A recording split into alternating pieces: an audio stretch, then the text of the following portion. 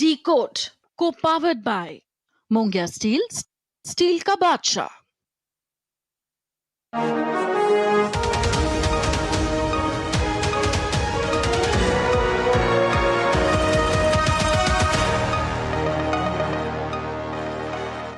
नमस्कार, मैं हूं सुधीर चौधरी और डीकोड के इस वीकेंड एडिशन में आपका बहुत बहुत स्वागत है।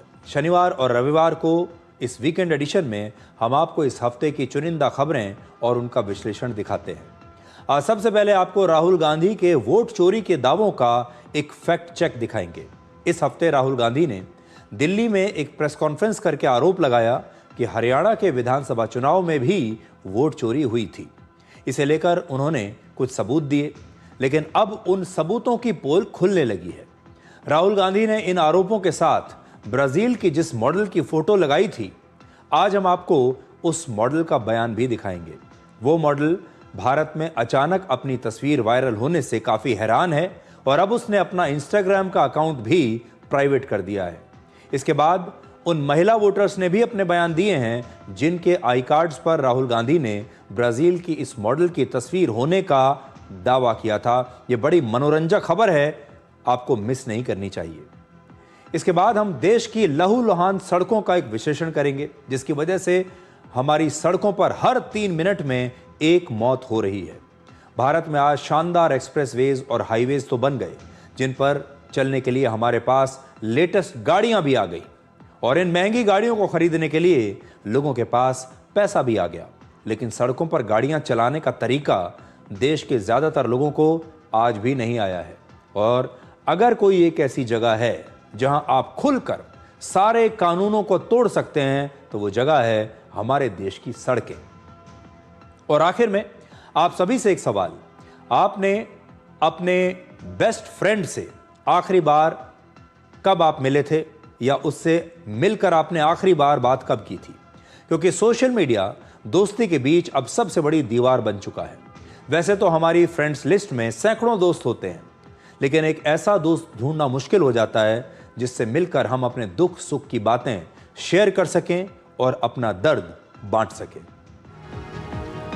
बिहार चुनाव के दौरान भी राहुल गांधी लगातार वोट चोरी को मुद्दा बना रहे हैं, लेकिन उनके दावों पर लगातार सवाल भी उठ रहे हैं। किसी ने कहा है कि भ्रम तब तक सच्चाई लगता है जब तक कोई उसे चुनौती देने की हिम्मत ना करे। इसलिए आज इस कथन के साथ मैं इस विश्लेषण की शुरुआत करना चाहता हूं। भ्रम तब तक सच्चाई लगता है जब तक कोई उसे चुनौती देने की हिम्मत ना करे, और आज इस भ्रम को चुनौती देने की हिम्मत हम कर रहे हैं। राहुल गांधी ने एक शानदार पावर पॉइंट प्रेजेंटेशन के जरिए देश को एक कहानी सुनाई थी। उस कहानी में भ्रम था, लेकिन उस समय यह सच लग रहा था।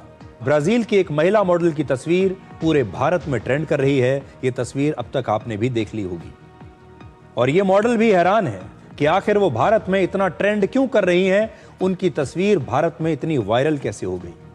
क्योंकि राहुल गांधी ने कल अपनी प्रेस कॉन्फ्रेंस के प्रेजेंटेशन में ब्राजील की इस मॉडल की तस्वीर दिखाई थी और दावा किया था कि 22 वोटर आईडी कार्ड्स पर इस एक मॉडल की तस्वीर लगी हुई है, अलग अलग नामों से।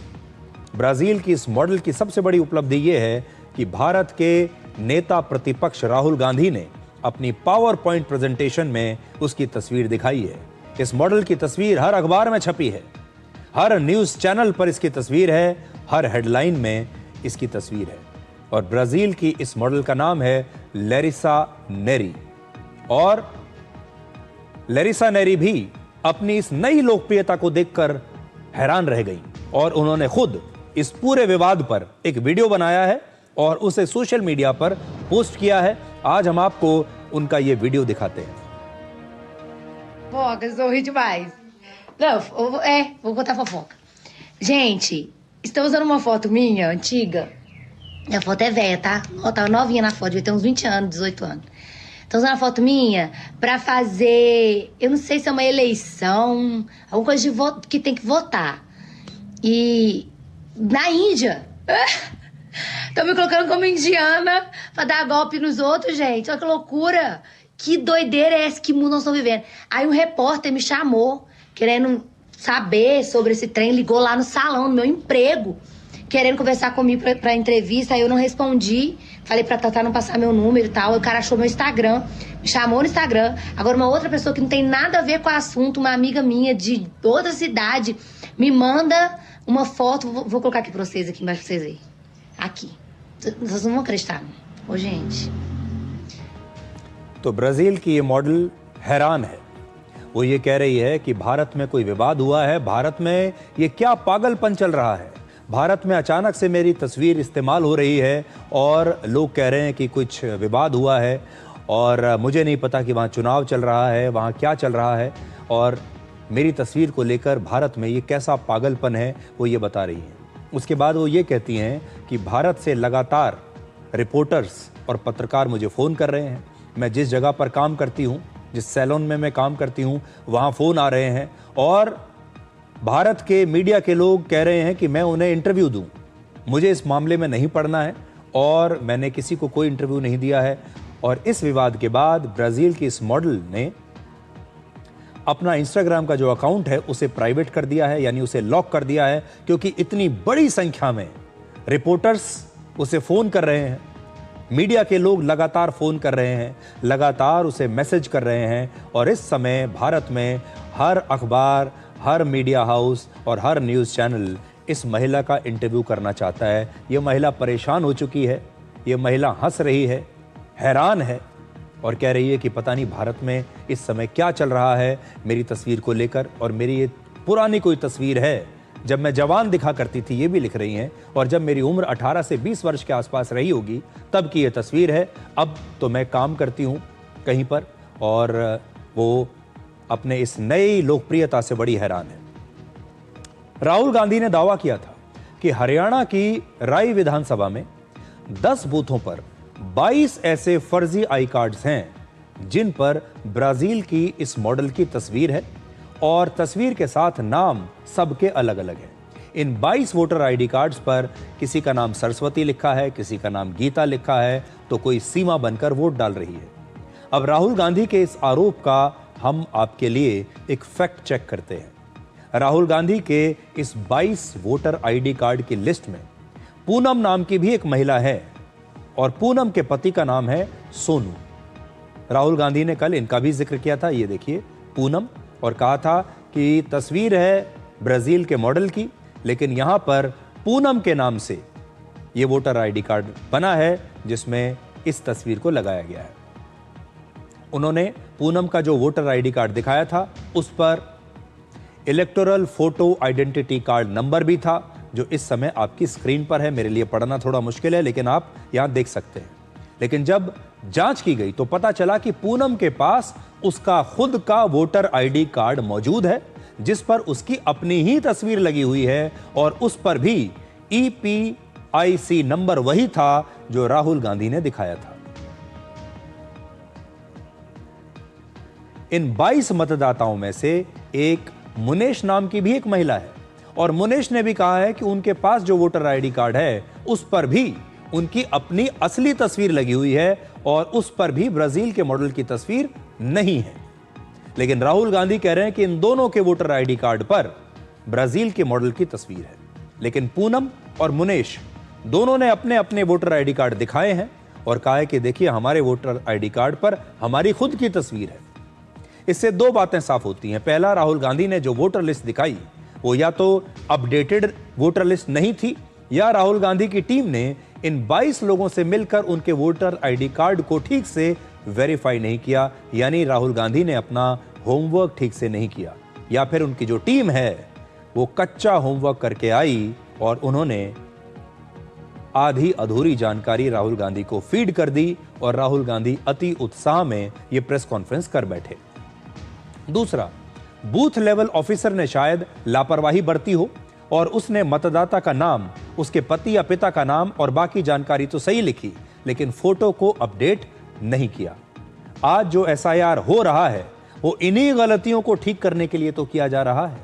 तो आज हम ये बात मानकर चलते हैं कि हो सकता है किसी से ये त्रुटि हो गई हो सकता है कि किसी शरारती तत्व ने बाद में फॉर्म 8 भर के इन आईडी कार्ड्स पर तस्वीर बदल दी हो और ये सब काम हो चुका हो। लेकिन इन्हीं सारी त्रुटियों के लिए तो ये SIR चल रहा है। अब राहुल गांधी के दूसरे आरोप का फैक्ट चेक करते हैं। राहुल गांधी ने आरोप लगाया था कि हरियाणा में होडल शहर में मकान नंबर 265 पर 501 वोटर रजिस्टर्ड हैं। एक मकान पर 501 वोटर हैं। राहुल गांधी के मुताबिक एक ही घर में 501 लोग कैसे रह सकते हैं। कई मीडिया रिपोर्ट्स के अनुसार होडल में एक बहुत बड़ा प्लॉट है जहां पर कई घर बने हुए हैं जिनमें कई परिवार रहते हैं और सबका मकान नंबर एक ही है, वो है 265। इन लोगों ने अपने वोटर ID कार्ड का एड्रेस अपडेट नहीं करवाया और वही पुराना नंबर, हाउस नंबर 265 अभी तक चल रहा है।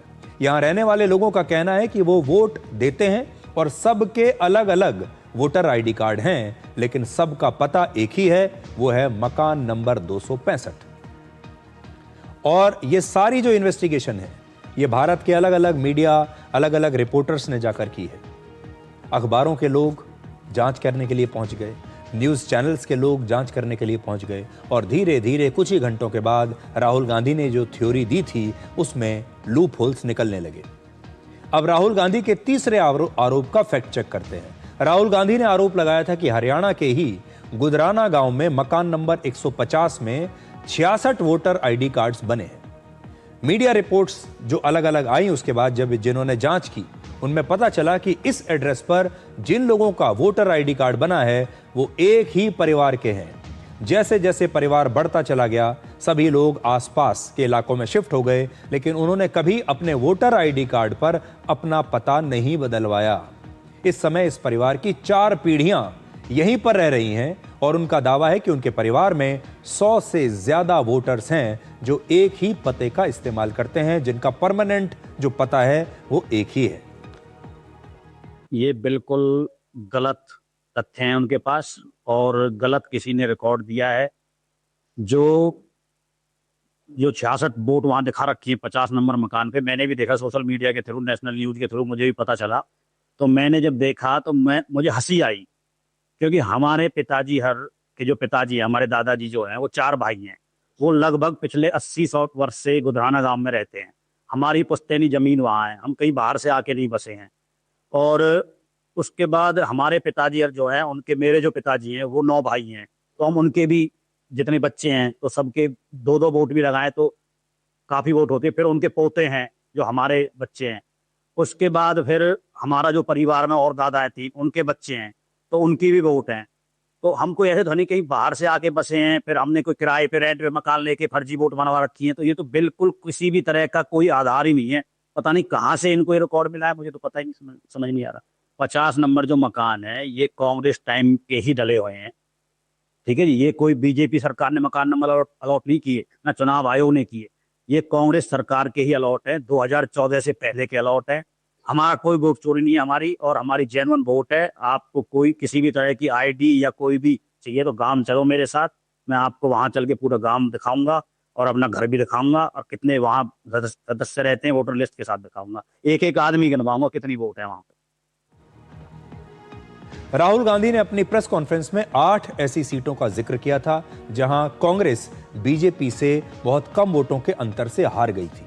हालांकि दिलचस्प बात यह है कि राहुल गांधी ने उन सीटों का जिक्र नहीं किया जहां वो बहुत कम वोटों के अंतर से बीजेपी जहां से चुनाव जीती थी।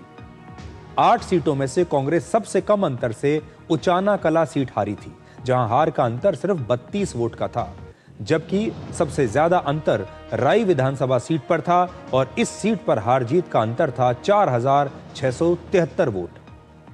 अब एक और दिलचस्प आंकड़ा देखिए, हरियाणा विधानसभा में 90 सीटें हैं। 2024 के विधानसभा चुनाव में कांग्रेस ने 7 सीटें बेहद कम वोटों के अंतर से जीती हैं। अब आपको हरियाणा विधानसभा के 2 अलग अलग नतीजे दिखाते हैं। पहले वो सीट जिन्हें राहुल गांधी ने दिखाया जिनमें बहुत कम वोटों के अंतर से कांग्रेस पार्टी हार गई थी। तो जहां वो कम अंतर से हारे हैं वहां तो वो कहते हैं कि यहां धांधली हुई है वरना हम जीत जाते। दूसरी अब वो सीटें देखिए जैसे पंचकुला, थानेसर और फतेहाबाद, जहां कांग्रेस पार्टी बेहद कम वोटों के अंतर से जीत गई और बीजेपी हार गई। लोहारू सीट पर कांग्रेस केवल 792 वोटों के अंतर से चुनाव जीती थी। इन आंकड़ों से साफ पता चलता है कि अगर कांग्रेस कम वोटों के अंतर से चुनाव हार रही है तो कम वोटों के अंतर से ही चुनाव जीत भी रही है। लेकिन जैसा कि हमेशा होता है, जब कांग्रेस किसी राज्य में चुनाव जीतती है तो वो वोट चोरी का आरोप नहीं लगाती, लेकिन जब हार जाती है तो वोट चोरी की कहानी दुनिया के सामने बताई जाती है। अब राहुल गांधी के बयानों में एक विरोधाभास को देखिए। कैसे राहुल गांधी अपनी सहूलियत के हिसाब से राजनीति करते हैं और बयान देते हैं, उसका एक उदाहरण देखिए। लोकसभा चुनाव से पहले, आप याद कीजिए लोकसभा का चुनाव 2024 का, लोकसभा के चुनाव से पहले जिन एग्जिट पोल्स पर राहुल गांधी को भरोसा नहीं था, उन्हीं एग्जिट पोल्स का सहारा लेकर राहुल गांधी ने कल अपनी प्रेस कॉन्फ्रेंस में कहा था कि हरियाणा में सारे एग्जिट पोल्स कांग्रेस पार्टी को जीतता हुआ दिखा रहे थे। एग्जिट पोल तो कह रहे थे कि कांग्रेस जीत रही है, फिर कांग्रेस हार कैसे गई? लेकिन 2024 के लोकसभा चुनाव से पहले वो इन्हीं एग्जिट पोल्स को गालियां दे रहे थे और कह रहे थे कि ये तो पूरा मोदी मीडिया है और सारे एग्जिट पोल्स गलत हैं। तो कैसे लोकसभा चुनाव से पहले कहते हैं कि ये पूरा मीडिया बेकार है और एग्जिट पोल्स भी बेकार हैं, ये सब गलत दिखाते हैं, लेकिन हरियाणा के चुनाव के से पहले जो एग्जिट पोल्स हो रहे थे, जिनमें उन्हें जीतता हुआ दिखाया जा रहा था, उन पर उन्हें तुरंत भरोसा हो गया। इसका नाम एग्जिट पोल नहीं है, इसका नाम मोदी मीडिया पोल है। ये मोदी जी का पोल है, फैंटेसी पोल है उनका। Thank you. कितनी सीटें आ रही हैं आपके हिसाब से? सिद्धू मूसेवाला का सॉन्ग सुना आपने? 295। हरियाणा पे हमारा फोकस, हमने फोकस किया क्योंकि एग्जिट पोल्स दिखा रहे थे कि कांग्रेस पार्टी हरियाणा को स्वीप कर रही है। ये देखिए 5 एग्जिट पोल्स हैं। एग्जिट पोल सबसे एक्यूरेट होता है, ओपिनियन पोल से एक्यूरेट एग्जिट पोल होता है। ओपिनियन पोल्स भी कह रहे थे कांग्रेस स्वीप करेगी, एग्जिट पोल्स भी कह रहे थे, हमारा डेटा कह रहा था, हमारी पार्टी कह रही थी, बीजेपी के लोग भी हमें बता रहे थे कि देखिए आप इस बार हरियाणा में सरकार बना रहे हो। तो देखिए कितनी मनोरंजक बात है, आपको भी बड़ा मजा आ रहा होगा, मनोरंजन आपको मिल रहा होगा इस खबर में। जब लोकसभा चुनाव से पहले सारे एग्जिट पोल ये कह रहे थे कि एनडीए वापस लौट रही है, प्रधानमंत्री मोदी की सरकार दोबारा से वापस बन रही है, कांग्रेस चुनाव हार रही है, तब वो कहते थे कि ये सारा मोदी मीडिया है, ये सारे एग्जिट पोल गलत हैं, सब बिके हुए हैं, सब खरीदे गए एग्जिट पोल हैं। और जब हरियाणा से ठीक पहले यही एग्जिट पोल, यही मीडिया, यही न्यूज चैनल, यही अखबार ये कह रहे थे कि इस बार हरियाणा में कांग्रेस जीत सकती है, तो वो ये कह रहे हैं कि देखिए एग्जिट पोल ज्यादातर सही होते हैं। तो बड़ी बात यह है कि हरियाणा में कांग्रेस पार्टी हारी क्यों? क्या वोट चोरी की वजह से हारी या फिर कोई और कारण था?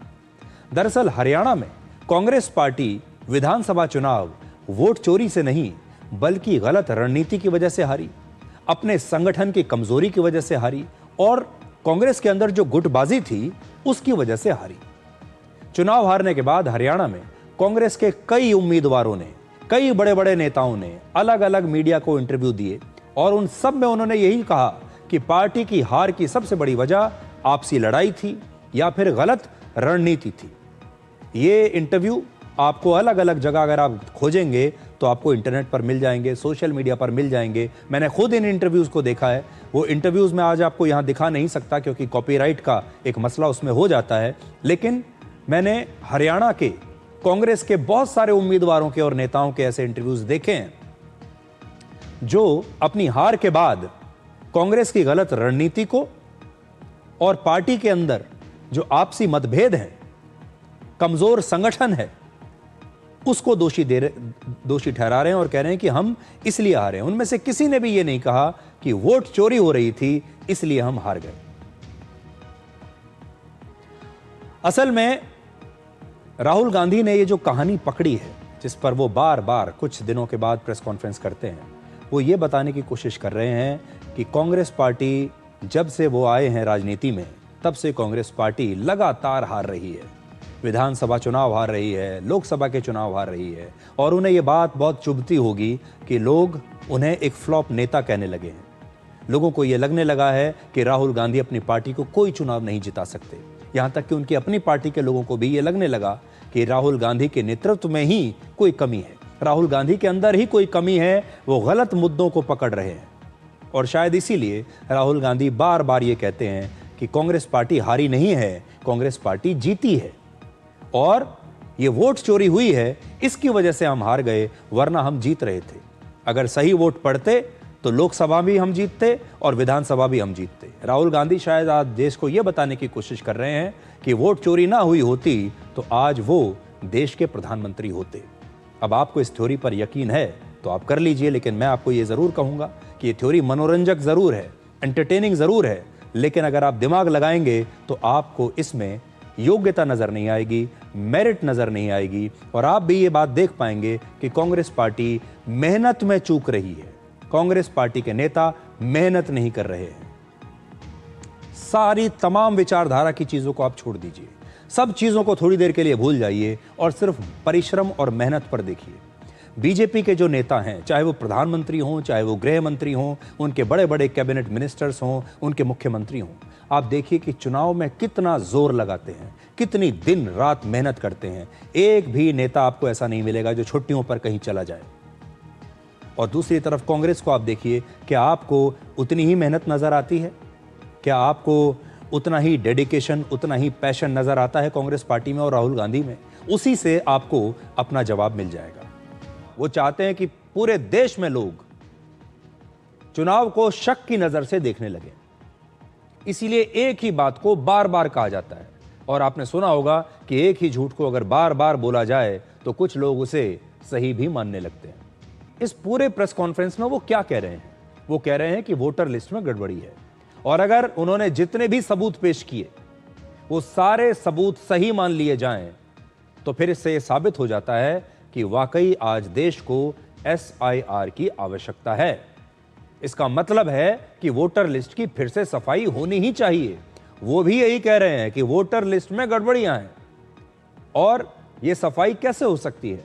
सिर्फ SIR के जरिए ही फर्जी वोटर्स को हटाया जा सकता है। इस प्रेस कॉन्फ्रेंस के आखिर में राहुल गांधी को असल में SIR का समर्थन करना चाहिए था और कहना चाहिए था कि वोटर लिस्ट में जो भी गड़बड़ियां हैं उन्हें दूर करना चाहिए। आज अगर आप देखेंगे तो भारत का चुनाव आयोग, भारत की सरकार और राहुल गांधी शायद एक ही बात तो कह रहे हैं। ये सभी ये कह रहे हैं कि चुनाव के लिए जो वोटर लिस्ट है उसमें गड़बड़ियां हैं और उन्हें दूर करना चाहिए। तो राहुल गांधी को आज ये बात कह देनी चाहिए कि SIR आवश्यक है। दरअसल राहुल गांधी का प्लान यह है कि भारत के लोगों के मन में उन सभी चुनावों को लेकर एक शक पैदा कर दिया जाए जो चुनाव बीजेपी ने जीते हैं। लेकिन राहुल गांधी को यह समझना होगा कि भारत के लोकतंत्र और चुनावों को लेकर लोगों के मन में शक पैदा करने से क्या कांग्रेस को कोई फायदा मिलेगा? क्या इसके बाद लोग कांग्रेस को वोट देना शुरू कर देंगे? इसका जवाब है नहीं। राहुल गांधी की मंशा अगर सही है तो राहुल गांधी को चुनाव आयोग की मदद करनी चाहिए।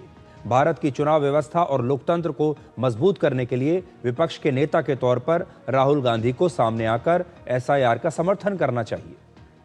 असल में ये एक बहुत बड़ी साजिश हो सकती है, और वो साजिश क्या है? आप जानते हैं कि पूरी दुनिया में कुछ ऐसी ताकतें हैं जो भारत को लगातार अस्थिर करने की कोशिशें करती रहती है। हर साल आपको ये चीज़ें देखने को मिलती हैं। जब हम अपने देश में कोई नया कानून लाने की कोशिश करते हैं, अपने देश में व्यवस्था में कोई नया बदलाव लाने की कोशिश करते हैं, जब हमारे देश में चुनाव के नतीजे उनके हिसाब से नहीं आते हैं, तो हमेशा इस प्रकार की कोशिशें होती हैं, आंदोलन पैदा किए जाते हैं और देश के लोगों के मन में शक पैदा किए जाते हैं। लेकिन एक चीज़ आज आपको समझनी चाहिए, एक बहुत बड़ी कोशिश चल रही है जिसके ज़रिए पुराने चुनावों की जांच करवाने की कोशिश हो रही है कि जो चुनाव हो चुके हैं उनकी दोबारा से जांच की जाए। उनकी जांच करने के लिए आपको सारे रिकॉर्ड्स का एक्सेस चाहिए होगा, आपको सारे वोटर लिस्ट का एक्सेस चाहिए होगा, आपको इलेक्शन कमीशन की सारे डेटा का एक्सेस चाहिए होगा, और तब आप उनकी जांच करेंगे।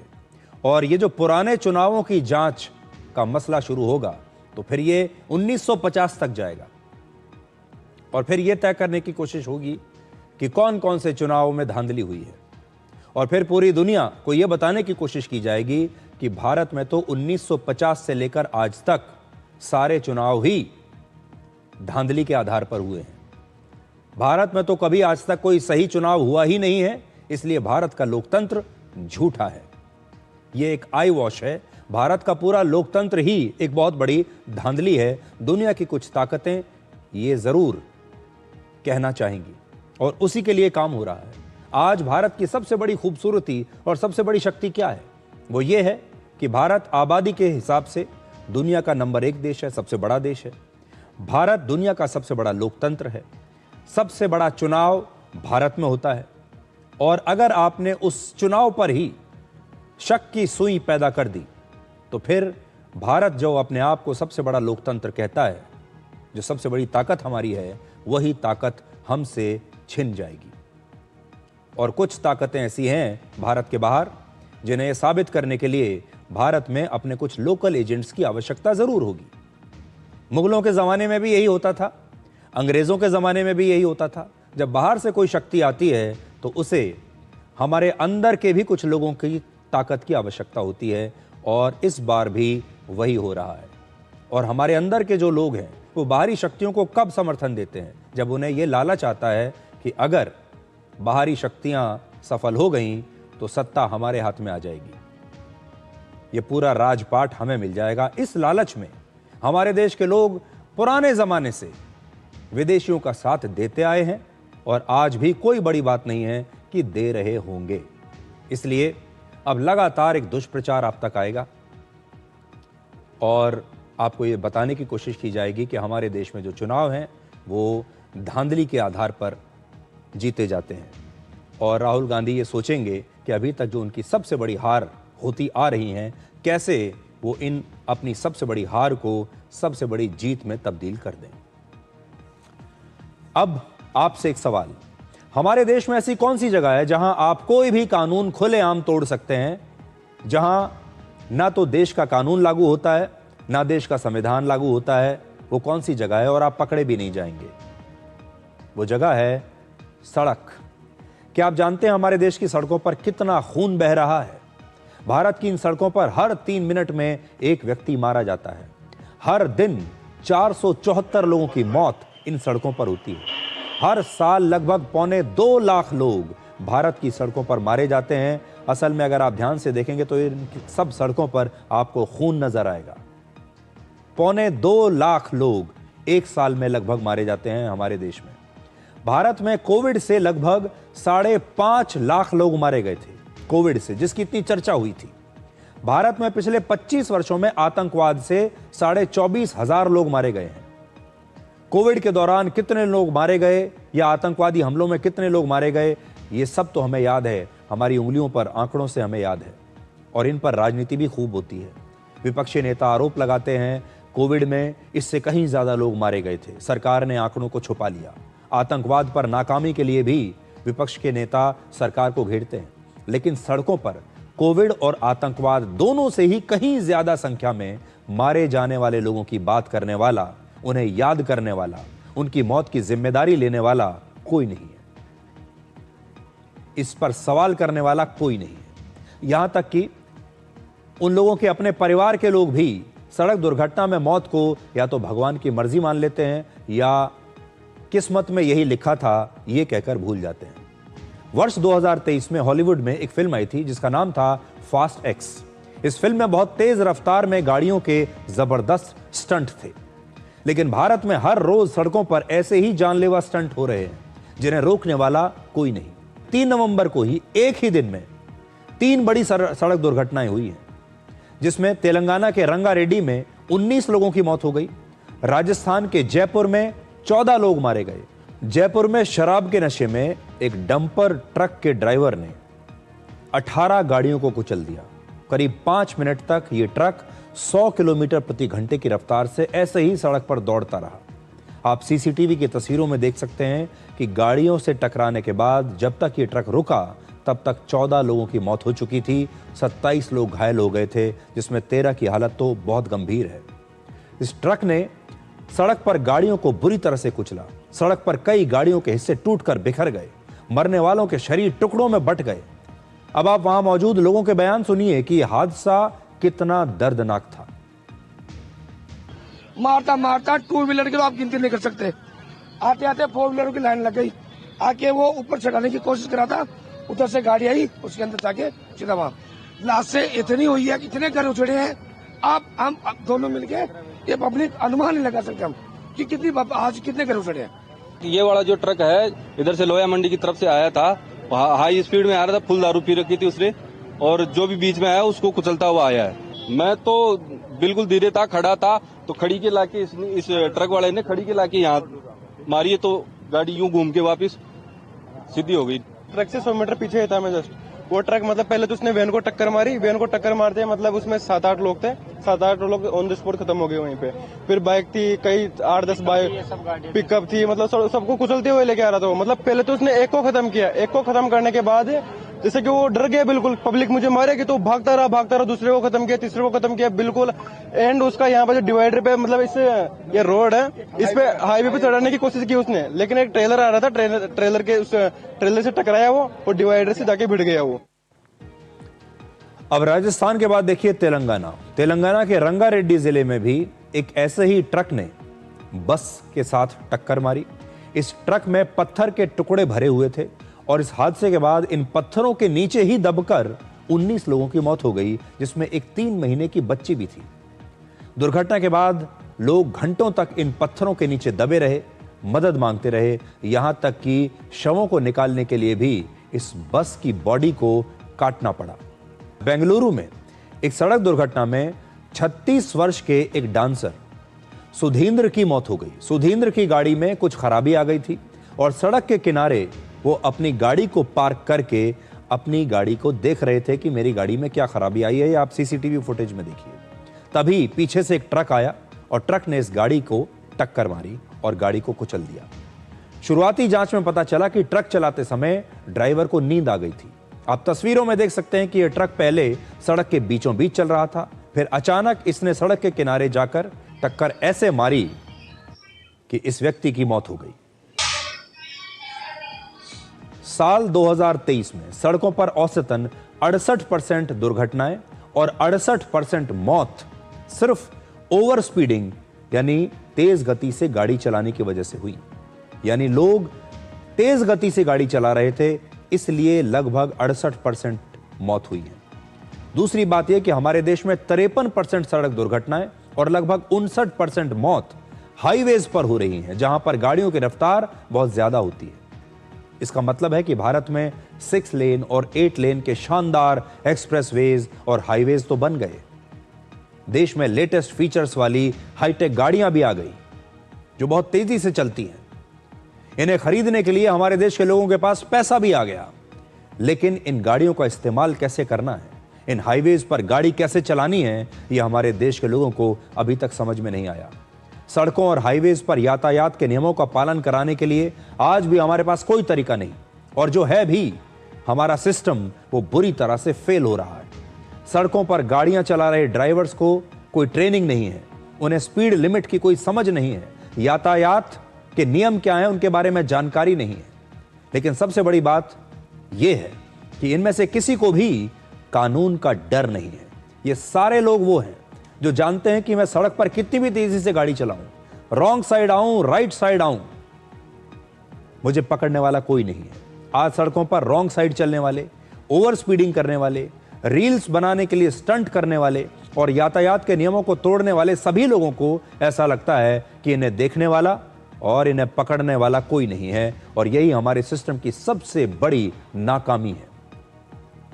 भारत सुपर पावर तो बनना चाहता है, सेमीकंडक्टर चिप्स बना रहा है, हमारे वैज्ञानिक चांद तक पहुंच गए हैं, लेकिन हम अभी तक अपनी खूनी सड़कों को सुरक्षित कैसे रखें और नियम तोड़ने वाले लोगों का तुरंत चालान करके उनकी गाड़ी को उसी समय सड़क से बाहर कैसे करें, ऐसा कोई तरीका हम आज तक खोज नहीं पाए।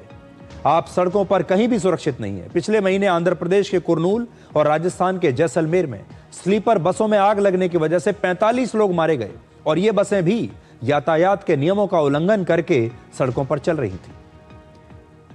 ऐसी सड़क दुर्घटनाओं को रोकने के लिए आज हम कुछ सुझाव देना चाहते हैं। शहर की हर बड़ी सड़क और हाईवे पर आर्टिफिशियल इंटेलिजेंस यानी एआई वाले कैमरे, सेंसर और स्पीड कंट्रोल सिस्टम्स लगे होने चाहिए। एआई से जुड़ा ये सारा डेटा, सड़कों का ये सारा डेटा सीधे पुलिस कंट्रोल रूम में जाए और चालान काटने के साथ ऐसी गाड़ियों के खिलाफ उसी समय ऑन द स्पॉट कार्रवाई होनी चाहिए। हर गाड़ी की स्टीयरिंग पर एक ऐसा सेंसर लगा हो जिससे अगर कोई ड्राइवर शराब पीकर गाड़ी चलाने की कोशिश करे भी तो गाड़ी स्टार्ट ना हो। ड्राइविंग लाइसेंस अब सिर्फ सही ड्राइवरों को मिले। जो ड्राइवर यातायात के नियम तोड़े उनका लाइसेंस अपने आप सस्पेंड हो जाए। सबसे बड़ी बात यह है कि हमारे देश में न जाने कितने ऐसे लोग हैं जो ड्राइवर बनने के काबिल ही नहीं है, लेकिन वो लगातार सड़कों पर महीनों से, वर्षों से, दशकों से गाड़ी चला रहे हैं। उनकी गाड़ियों को हम सड़क से हटा नहीं पाए। आज मैं आपको देश भर की सड़कों पर खतरनाक स्टंट्स करते हुए कुछ रील्स दिखाना चाहता हूं। ये जो स्टंट्स हैं, ये हमारे देश के कानून का खुलेआम मजाक उड़ा रहे हैं और बता रहे हैं कि हमारे देश की सड़कों पर इन खतरनाक लोगों को रोकने वाला कोई नहीं है। यहां पुलिस भी फेल है, प्रशासन भी फेल है, सरकारें भी फेल है। ये वो सड़कें हैं जहां कानून हार रहा है और अपराध जीत रहा है, जिंदगी हार रही है और मौत जीत रही है।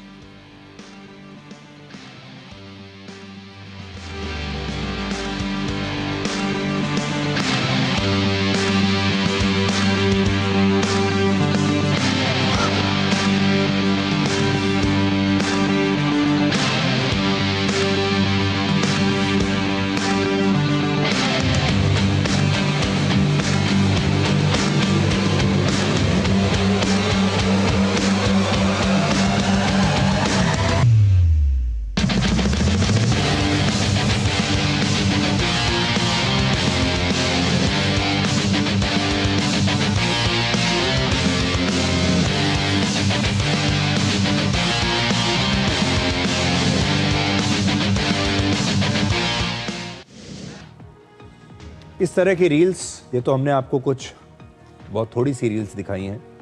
पूरा इंटरनेट इस तरह की रील से, इस तरह के वीडियो से भरा पड़ा है।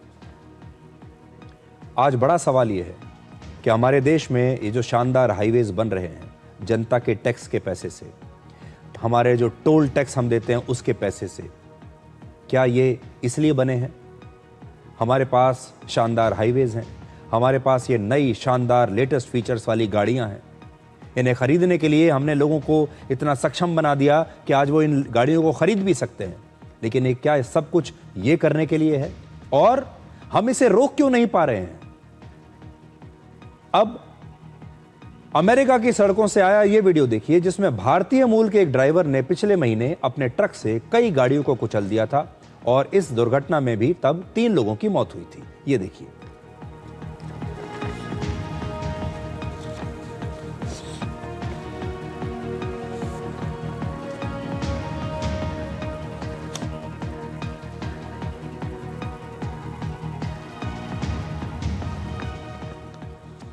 अब इस प्रकार की सड़क दुर्घटनाओं को देखते हुए अमेरिका में पिछले 4 महीनों में 6000 ड्राइवर्स को सड़क से हटा लिया गया है। आप सोच सकते हैं, देखिए अमेरिका की अच्छी बात क्या है। वहां उन्होंने इस तरह की दुर्घटनाओं से सीख ली, तुरंत एक्शन लिया और 4 महीने में 6000 ड्राइवर्स को सड़कों से हटा दिया। अमेरिका में अप्रैल से एक नया नियम लागू हुआ है जिसके तहत ट्रक ड्राइवरों का अंग्रेजी जानना और यातायात के नियमों को समझना अब पूरी तरीके से अनिवार्य है। और जो इन नियमों को नहीं समझता और जो अंग्रेजी नहीं समझता, अब वो वहां गाड़ी नहीं चला पाएगा, कमर्शियल व्हीकल तो बिल्कुल भी नहीं। जबकि हमारे देश में यह मान लिया गया है कि सड़क पर गाड़ी कोई भी चला सकता है। हमारे यहां एक 14 साल का नाबालिग बच्चा भी गाड़ी चला सकता है और 80 साल तक का आदमी गाड़ी चला रहा है। हमारे यहां ड्राइवरों के लिए ना शिक्षा जरूरी है, ना भाषा का ज्ञान, ना यातायात के नियमों को जानना जरूरी है, ना ही गाड़ी के सिस्टम की समझ जरूरी है। गाड़ी चलाना और ड्राइविंग लाइसेंस बनवाना हमारे देश में सबसे आसान काम है। इसलिए हमारे देश में ड्राइविंग लाइसेंस किसी का भी कहीं भी बन जाता है। और जब ऐसा होता है तब फिर ये तस्वीरें आपको देखने को मिलती हैं। इसलिए आज हम ये कहना चाहते हैं कि सड़क दुर्घटनाओं में लगातार हम अपने लाखों लोगों को खो रहे हैं हर साल, लेकिन इसके बारे में बात करने वाला कोई नहीं।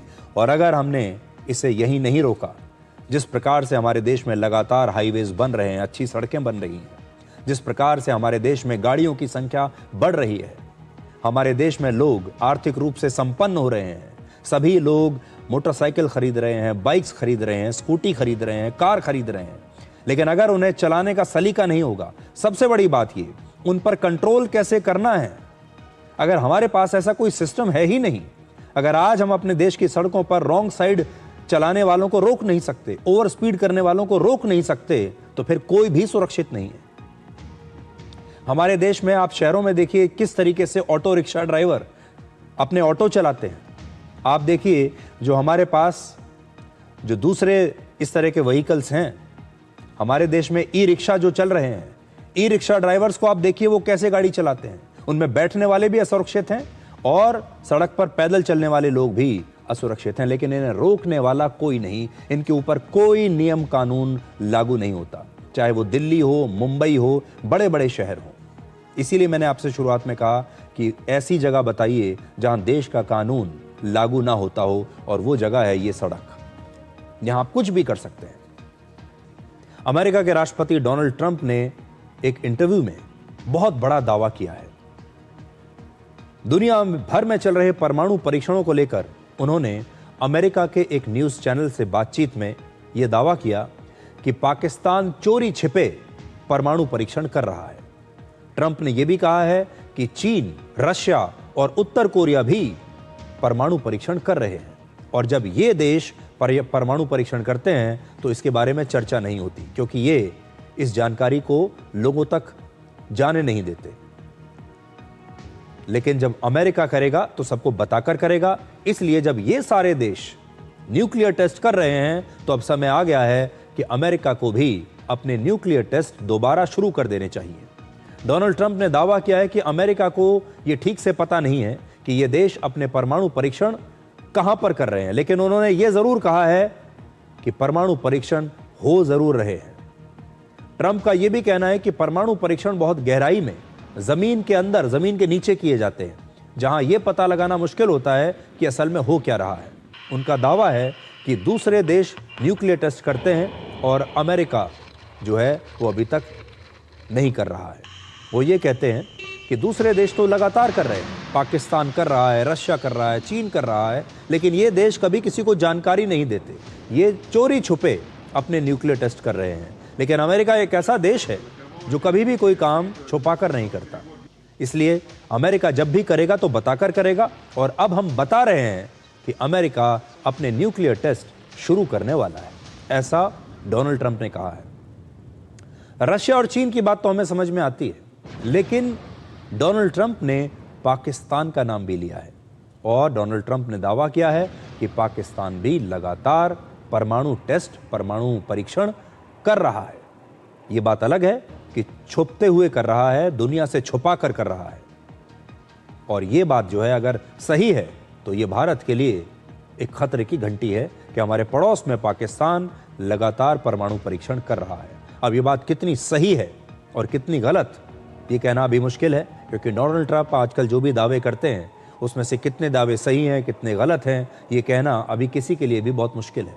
क्योंकि अमेरिका इससे पहले ये कहा करता था कि उसके सैटेलाइट पूरी दुनिया में हर जगह पर नज़र रखते हैं, उनसे कुछ छुप नहीं सकता। तो बड़ी बात यह है कि अगर उनके सैटेलाइट इतने शक्तिशाली हैं, उनका सर्विलांस इतना शक्तिशाली है, तो फिर उन्हें पता कैसे नहीं चलता कि चीन ने कब न्यूक्लियर टेस्ट किया, रशिया ने कब किया, और पाकिस्तान ने कब किया और कहां किया। और अगर ऐसा हुआ है तो अमेरिका ने उस समय इसके बारे में कहा क्यों नहीं, तब इन्हें रोकने की कोशिश क्यों नहीं की। इसरो ने अपना सबसे भारी सैटेलाइट लॉन्च किया है और उसका नाम है CMS-03। इस सैटेलाइट का वजन करीब 4,500 किलोग्राम है, जिसे भारत के वैज्ञानिकों ने ही खुद बनाया है। इसरो के सबसे बड़े रॉकेट की मदद से इस सैटेलाइट को अंतरिक्ष में पहुंचाया गया, यानी रॉकेट भी हमारा सबसे बड़ा था और सैटेलाइट भी सबसे भारी था। और इस रॉकेट का नाम है लॉन्च व्हीकल मार्क 3 यानी LVM-3, जिसे बाहुबली भी कहते हैं। और आज हम आपके लिए भारत के इस मिशन बाहुबली को बहुत आसान भाषा में डिकोड करेंगे। यह सिर्फ एक सैटेलाइट लॉन्च नहीं है, बल्कि ये आत्मनिर्भर भारत की एक नई उड़ान है।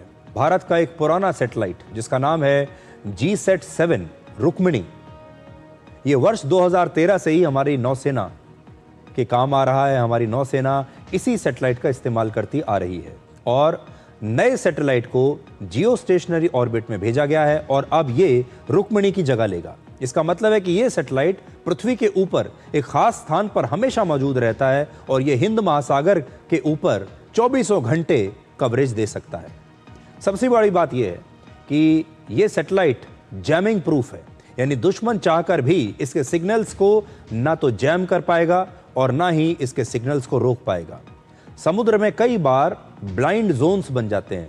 इसका मतलब है कि कई ऐसी जगहें होती हैं जहां कोई सिग्नल नहीं मिलता, लेकिन इस सैटेलाइट की मदद से अब हर जहाज, हर पनडुब्बी और हर ड्रोन और हर विमान एक ही नेटवर्क से जुड़ेगा और अब कोई सिग्नल फेल नहीं होगा और कोई कम्युनिकेशन ब्लैकआउट भी नहीं हो पाएगा। इस सैटेलाइट की मदद से भारतीय नौसेना को अब रियल टाइम अपडेट्स मिलेंगे, यानी दुश्मन की निगरानी को तुरंत ट्रैक किया जा सकेगा। दुश्मन की हर जानकारी को हमें रियल टाइम में हम ट्रैक कर पाएंगे। इस सैटेलाइट की उम्र 15 साल है, यानी अगले 1.5 दशक तक ये बिना रुकावट भारत की सुरक्षा में तैनात रहेगा और हमें सेवाएं देता रहेगा। आसान भाषा में कहें तो भारत का नेटवर्क अब आकाश से लेकर समुद्र तक फैल चुका है और अगर ऑपरेशन सिंदूर पार्ट 2 कभी हुआ तो नौसेना को इस सैटेलाइट का इस बार जबरदस्त फायदा मिलेगा। यह सैटेलाइट भारतीय नौसेना की कम्युनिकेशन यानी संचार क्षमता को बहुत मजबूत बनाएगा और अब आपको यह भी बताएंगे कि इसरो के LVM-3 रॉकेट की खासियत क्या है। यह वही रॉकेट है जिससे चंद्रयान 3 को लॉन्च किया गया था, जिसका वजन करीब 3800 किलोग्राम था और इस बार चंद्रयान 3 से भी 600 किलोग्राम ज्यादा भारी सैटेलाइट को लॉन्च किया गया है। यह करीब 14 मंजिला एक इमारत जितना ऊंचा है और इसका वजन 642 टन है, जो मीडियम साइज की लगभग 400 कारों के बराबर है। इस रॉकेट की मदद से अब तक 8 लॉन्च किए गए हैं और हर बार यह रॉकेट सफल रहा है। इसका जो ट्रैक रिकॉर्ड है वो 100% सफलता का है। इसलिए यह एक ऐसी खबर है जो आप सब लोगों को गर्व से भर देगी। अब आप सभी से एक सवाल, आप अपने दोस्त से आखिरी बार कब मिले थे? क्या आप अब अपने बेस्ट फ्रेंड से मिलने का समय निकाल पाते हैं? क्या आप अपने दोस्तों से महीने में कितनी बार मिलते हैं? यह सवाल इसलिए हमने पूछे क्योंकि सोशल मीडिया अब हमारी दोस्ती के बीच सबसे बड़ी दीवार बन चुका है। वैसे तो सोशल मीडिया पर हमारी फ्रेंड्स लिस्ट में सैकड़ों हजारों दोस्त होते हैं, लेकिन आज एक सच्चा दोस्त ढूंढना सबसे मुश्किल काम है। एक ऐसा दोस्त जिसके साथ मिलकर आप अपने सुख दुख की बातें शेयर कर सकें, जिसके साथ बैठकर अपना दर्द बांट सकें। सोशल मीडिया के इस दौर में सच्ची दोस्ती की गारंटी बहुत ही कम है। अब एक नई रिसर्च आई है जिसके मुताबिक सोशल मीडिया ने दोस्तों के बीच सिर्फ दूरी ही नहीं बढ़ाई, बल्कि हमारा ध्यान, हमारा समय और भरोसा भी हमसे छीन लिया है। और दोस्ती इन्हीं 3 चीजों की बुनियाद पर खड़ी होती है। इसमें भरोसा भी चाहिए, लेकिन इसमें समय भी चाहिए। क्या आपको याद है, एक समय था जब फिल्मों में दोस्ती के बारे में गाने हुआ करते थे। एक बड़ी मशहूर फिल्म आई थी शोले, जिसका एक मशहूर गाना था जिसके बोल थे, ये दोस्ती हम नहीं तोड़ेंगे। ये बड़ा सुपरहिट गाना था और उस जमाने के जो दोस्त थे वो एक दूसरे के लिए ये गाना गाया करते थे। एक समय था जब हम लोग अपनी दोस्ती को किसी भी कीमत पर तोड़ने का वादा किया करते थे कि ये दोस्ती कभी नहीं तोड़ेंगे, ये वादा है। लेकिन अब दोस्ती के गाने सिर्फ हमारी प्लेलिस्ट का एक छोटा सा हिस्सा बनकर रह गए हैं, क्योंकि सोशल मीडिया पर आपके हजारों दोस्त या फिर फॉलोअर्स तो हो सकते हैं, लेकिन वहां सिर्फ कमजोर कनेक्शन होते हैं, गहरे रिश्ते नहीं। सोशल मीडिया हमारी दोस्ती को आसान तो बनाता है, लेकिन उसे मजबूत नहीं बनाता। आसानी से आप किसी को भी दोस्त बना सकते हैं, लेकिन वो आपका मजबूत दोस्त नहीं है। हाल ही में 13,000 लोगों पर एक सर्वे किया गया, जिससे पता चला कि जो दोस्त कम से कम हफ्ते में एक बार आमने सामने मिलते हैं, उनकी शारीरिक और मानसिक सेहत बेहतर रहती है। लेकिन सिर्फ फोन कॉल पर या मैसेज के जरिए की गई बातचीत का ऐसा प्रभाव आपके ऊपर नहीं होता। ऑक्सफोर्ड यूनिवर्सिटी के एक प्रोफेसर रॉबिन डनबर, उन्होंने सोशल मीडिया और रिश्तों पर एक स्टडी की और उसके बाद एक थ्योरी दी है, जिसे डनबर 150 या डनबर्स नंबर कहा जाता है। इस थ्योरी का नाम है डनबर 150। डनबर का दावा है कि कोई भी व्यक्ति एक समय में सिर्फ 150 लोगों के साथ ही मजबूत रिश्ते संभाल सकता है, जिनमें 5 बेहद करीबी लोग और 10 से 15 लोग अच्छे दोस्त हो सकते हैं और बाकी के महज दोस्त। तो अगर आपका जो सोशल सर्कल है, आप 150 लोगों तक दोस्ती कर सकते हैं, जिसमें से 5 लोग आपके बेहद करीबी हैं और 10 से 15 अच्छे दोस्त हो सकते हैं। सोशल मीडिया ने भले ही लोगों से जोड़ने के लिए नए नए रास्ते खोल दिए हैं, लेकिन हमारी सामाजिक क्षमता यानी हमारी जो सोशल कैपेसिटी है लोगों से दोस्ती करने की, वो सीमित है। और यही वजह है कि सोशल मीडिया पर फ्रेंड्स लिस्ट में आपके दोस्तों की संख्या तो बढ़ती जा रही है, लेकिन आप अपने सच्चे दोस्तों को खोते जा रहे हैं, क्योंकि हमारे और आपके पास उस दोस्ती को संभालने के लिए समय नहीं है। व्हाट्सएप, इंस्टाग्राम और रील्स की वजह से अब सब कुछ ऑनलाइन होता है और आमने सामने आंखों में आंखें डालकर बातचीत का दौर अब खत्म होने लगा है। पहले हम लोग अपने दोस्तों से यूं ही कभी भी मिल लिया करते थे, लेकिन अब दोस्तों से मिलने के लिए बाकायदा प्लानिंग करनी पड़ती है, अपॉइंटमेंट लेनी पड़ती है। सोशल मीडिया के दौर में अपनी दोस्ती को बचाए रखना आज सबसे बड़ी चुनौती है, क्योंकि डिजिटल चैट में वो गर्माहट नहीं होती जो आमने सामने बैठकर बात करने में होती है। दोस्तों के साथ आपकी एक मुलाकात 100 मैसेजेस से भी ज्यादा कारगर होती है। इसलिए आज हम आपको दोस्ती को बेहतर बनाने के लिए कुछ सुझाव देना चाहते हैं। इसे आप गहरी दोस्ती का एक्शन प्लान कह सकते हैं। और क्या है वो? हफ्ते में कम से कम आधा घंटा अपने बेस्ट फ्रेंड को जरूर दें और उससे खुलकर अपने दिल की बात करें। बातचीत के दौरान बोलने से ज्यादा अपने दोस्तों की बातों को गौर से सुनें और समझें। यानी आपको एक अच्छा लिसनर होना चाहिए, सुनने की क्षमता बढ़ाएं।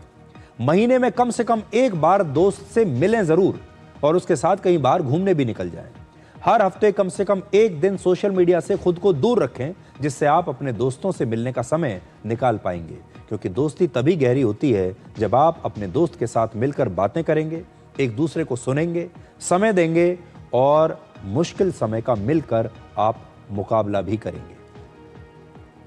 ये जो पूरा फॉर्मूला है अपने ऊपर भी लागू करके देखिए और देखिए कि आपके जो सच्चे दोस्त थे, आपके जो बेस्ट फ्रेंड्स थे, वो कैसे धीरे धीरे आपसे दूर होते जा रहे हैं और अब आप उनसे आमने सामने मिलने के बजाय सिर्फ फ़ोन पर या मैसेज पर बात करते हैं। आपको 12 जून की वो तस्वीरें याद होंगी जब अहमदाबाद में एयर इंडिया का प्लेन क्रैश हुआ था, जिसमें 242 यात्रियों में से सिर्फ एक यात्री की जान बची थी। आपको वो यात्री ज़रूर याद होगा। उस यात्री का नाम है विश्वास कुमार रमेश और वो इस एयर इंडिया के विमान में सीट नंबर 11A पर बैठा हुआ था। ये वो यात्री है। लोग हैरान हो गए थे, आप भी हैरान हो गए होंगे कि इस दुर्घटना में ये व्यक्ति बचा कैसे। इस व्यक्ति को देखने के बाद लोगों को भगवान पर भरोसा होने लगा था कि भगवान ने ही बचाया है, किस्मत पर भरोसा होने लगा था। तब कई दिनों तक विश्वास कुमार की चर्चा पूरी दुनिया में होती रही और कहा गया कि ये दुनिया के सबसे भाग्यशाली व्यक्ति हैं। अब इस क्रैश को 4.5 महीने बीत चुके हैं और 4.5 महीने के बाद विश्वास कुमार ने एक इंटरव्यू दिया है, जिसमें उन्होंने बताया कि कैसे उनकी जिंदगी आज मौत से भी बदतर हो चुकी है। उन्हें इस बात की कोई खुशी नहीं कि वो जिंदा बच गए। 39 वर्ष के विश्वास कुमार कहते हैं कि उस दुर्घटना के बाद कई महीनों तक उन्हें नींद नहीं आई। अब उनकी जिंदगी खत्म हो चुकी है और वो जिंदा तो हैं, लेकिन अंदर से मर चुके हैं। वो अपनी पत्नी और बेटे से ठीक तरीके से बात नहीं कर पाते, वो किसी बाहर के व्यक्ति से मिलना नहीं चाहते और वो पूरे दिन सिर्फ अपने कमरे में बंद रहना चाहते हैं। विश्वास कुमार जिस मानसिक हालात में हैं, उस स्थिति को कहते हैं पोस्ट ट्रॉमेटिक स्ट्रेस डिसऑर्डर, जिसमें किसी डरावनी या दर्दनाक घटना के बाद व्यक्ति बार बार वही डर, वही यादें और उसी बेचैनी को महसूस करता है। विश्वास कुमार के मुताबिक अब वो फिर कभी भी किसी हवाई जहाज में बैठने की हिम्मत नहीं कर सकते। यहां तक कि जब आसमान में वो किसी विमान को उड़ते हुए देखते हैं तो उनका दिल तेजी से धड़कने लगता है। इसी विमान हादसे में उनके छोटे भाई की मौत हो गई थी। विश्वास कुमार बच गए और वो इस हादसे के बाद अपने भाई की मौत की वजह से और भी ज्यादा सदमे में हैं। विश्वास कुमार अपने भाई के साथ एक बिजनेस चलाते थे और अब वो बिजनेस बहुत बुरी स्थिति में चला गया। एक तो भाई भी चला गया, दूसरा अब उनका भी ध्यान बिजनेस में है नहीं और उन्हें लगातार बहुत नुकसान हो रहा है। एयर इंडिया ने विश्वास कुमार को 25 लाख रुपए की आर्थिक मदद दी है। विश्वास कुमार भारतीय मूल के ब्रिटिश नागरिक हैं जो ब्रिटेन में रहते हैं और इस विमान दुर्घटना की वजह से उनके कंधे, पीठ और पैरों में अब भी इतना दर्द है कि वो बहुत मुश्किल से कुछ कदम चल पाते हैं। यानी विश्वास कुमार हादसे से तो बच गए, जिंदा तो बच गए, लेकिन आज भी वो हर दिन उसी हादसे को जी रहे हैं। जिंदगी तो है, लेकिन उन्हें लगता है कि मौत से भी बदतर जिंदगी वो आज जी रहे हैं।